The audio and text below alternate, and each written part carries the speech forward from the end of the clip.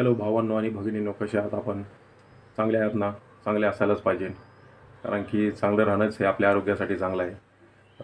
कुणी म्हणत असेल हा मराठीमध्ये का बोलतोय, हा हिंदीमध्ये बोलत असताना ज्याचे व्लॉग हिंदीमध्ये असतात खूप करून, तो हा मराठीत का बोलतो? कारण की याचं एक कारण आहे भावांनो, की आज आहे 1 मे, महाराष्ट्र दिन. हा मराठी बांधवांसाठी खूप स्पेशल दिवस आहे आज हा. त्याच्यामुळे मी आज हा व्हिडिओ बनवत आहे खास मराठी बांधवांसाठी. तो मराठी बंधूंनो, मला प्लीज सपोर्ट करा, क्योंकि मी पण मराठी माणूसच आहे. माझं नाव सचिन बेंद्रे आहे. तर आपण या व्हिडिओमध्ये पाहणार आहोत की महाराष्ट्राची निर्मिती कशी झाली आणि कामगार दिवस ह्याच दिवशी का साजरा केला जातो, तर त्याबद्दल आपण थोडीशी माहिती देणार आहोत. तर बिलकुल हा व्हिडिओ स्किप नका करू, शेवटपर्यंत हा व्हिडिओ पहा, हीच माझी कळकळीची विनंती राहील तुम्हाला. चला तर आपण सुरू करूया त्या व्हिडिओला. कुठेही जाऊ नका please. Okay, let's have a see. सर्वप्रथम मी माझ्या मराठी बांधवांना महाराष्ट्र दिन व कामगार दिनाच्या हार्दिक शुभेच्छा देऊ इच्छितो. तो प्लीज हा व्हिडिओ बिलकुल स्किप करू नका भावांनो. तर आपण महाराष्ट्र निर्मिती व कामगार दिवस ह्याच दिवशी का साजरा केला जातो याबद्दल आपण माहिती जाणून घेणार आहोत. तर शेवटपर्यंत हा व्हिडिओ पहा. चला, तुम्हाला जरा थोडीशी माहिती देतो महाराष्ट्राच्या संदर्भात. तर आज आहे 1 मे, आज गुरुवार. तर आज महाराष्ट्र राज्य निर्मिती दिवस 1 मे 1960 रोजी महाराष्ट्र राज्याची स्थापना झालेली आहे. महाराष्ट्र दिन हा दिवस महाराष्ट्राची राज्य सुट्टी आहे. हा दिवस महाराष्ट्र राज्याच्या स्थापनेच्या स्मरणार्थ साजरा केला जातो. 1 मे 1960 रोजी झालेल्या मुंबई राज्याच्या विभाजनापासून महाराष्ट्र दिन हा सामान्यतः परेड आणि राजकीय भाषणे तसेच समारंभाशी संबंधित आहे, तसेच इतर विविध सार्वजनिक संबंधित आहे. आणि खाजगी कार्यक्रमांबरोबरच महाराष्ट्राचा इतिहास आणि परंपरा या दिवशी साजरे केले जातात.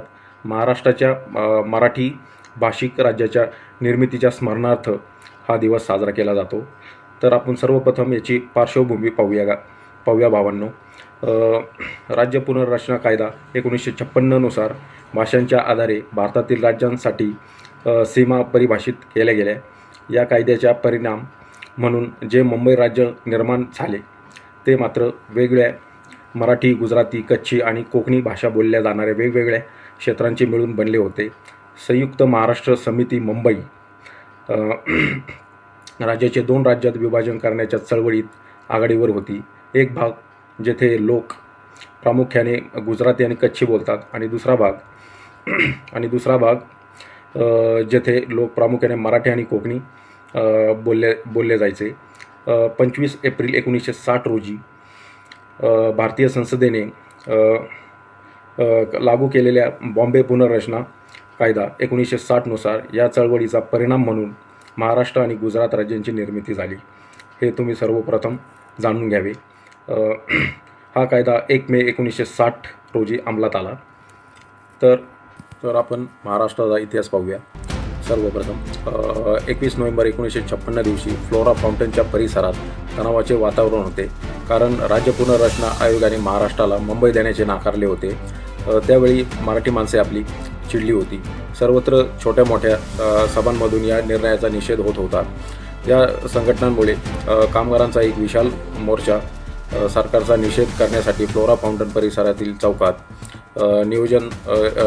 येण्याचे नियोजन झाले. त्यानंतर प्रचंड जनसमुदाय एका बाजूने चर्चगेट स्थानकाकडून व दुसऱ्या बाजूने बोरीबंदरकडून गगनभेदी घोषणा देत फ्लोरा फाउंटनकडे जमला.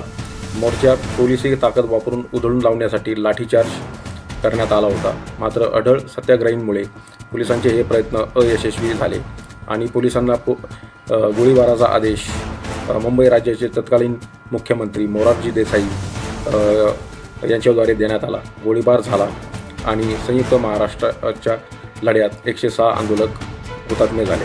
या हुतात्म्यांच्या बलिदानामुळे व मराठी माणसाच्या आंदोलनामुळे सरकारने नमते घेऊन 1 मे 1960 रोजी मुंबईसह संयुक्त महाराष्ट्राची स्थापना केली. त्यानंतर इसवी सन 1965 मध्ये त्या जागी हुतात्मा स्मारकाची उभारणी करण्यात आली.